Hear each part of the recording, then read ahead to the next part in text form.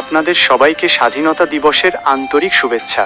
এই পবিত্র উপলক্ষে শুভেচ্ছা ও নমন জানানোর পাশাপাশি আমরা সেই সমস্ত মহান অমর শহীদদের শ্রদ্ধাঞ্জলি নিবেদন করছি, যারা দেশের স্বাধীনতার জন্য নিজেদের প্রাণ বিসর্জন দিয়েছেন।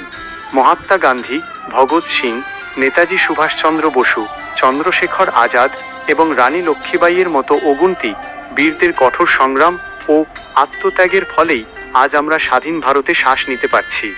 আজ 15ই আগস্টের এই পবিত্র দিনটি কেবল একটি তারিখ নয়, বরং এটি আমাদের দেশের সম্মান, গৌরব ও মর্যাদার প্রতীক।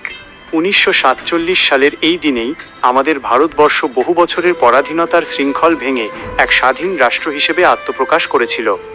আমরা ইংরেজদের পরাধীনতা থেকে তো স্বাধীনতা পেয়েছি, কিন্তু আমরা কি আজ সত্যিই সবাই সুখ ও শান্তির সাথে বাঁচছি? যদি না হয়, তবে বুঝুন যে আমরা এখনো কোনো না কোনোভাবে পরাধীন। যে পরাধীনতার কারণে আজ আমরা প্রতি মুহূর্তে অশান্তি, দুঃখ, কষ্ট ও মানসিক উদ্বেগের মধ্য দিয়ে যাচ্ছি। আসুন বোঝা যাক সেই প্রভাবশালী শত্রুটিকে। পরমাত্মা বলেন, আমাদের ভেতরে থাকা আসুরি প্রবৃত্তিগুলি, খারাপ গুণাবলী, মানুষের সবচেয়ে বড় শত্রু। যতক্ষণ না এই শত্রুগুলির হাত থেকে মুক্তি পাওয়া যাচ্ছে, ততক্ষণ পর্যন্ত কেউই পুরোপুরি স্বাধীন হতে পারবে না এবং সত্যিকারের সুখ শান্তিও পেতে পারবে না।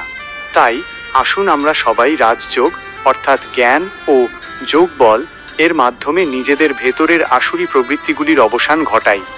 সম্পূর্ণ স্বাধীন হয়ে এক আনন্দময়, শান্ত ও খুশিতে ভরা জীবন গড়ে তুলি, যাতে আমাদের চিন্তা, পরিশ্রম ও শ্রেষ্ঠ কর্মের মাধ্যমে ভারতকে একটি শক্তিশালী, সমৃদ্ধ ও বিশ্বগুরু হিসেবে গড়ে তুলতে নিজের অবদান রাখতে পারি।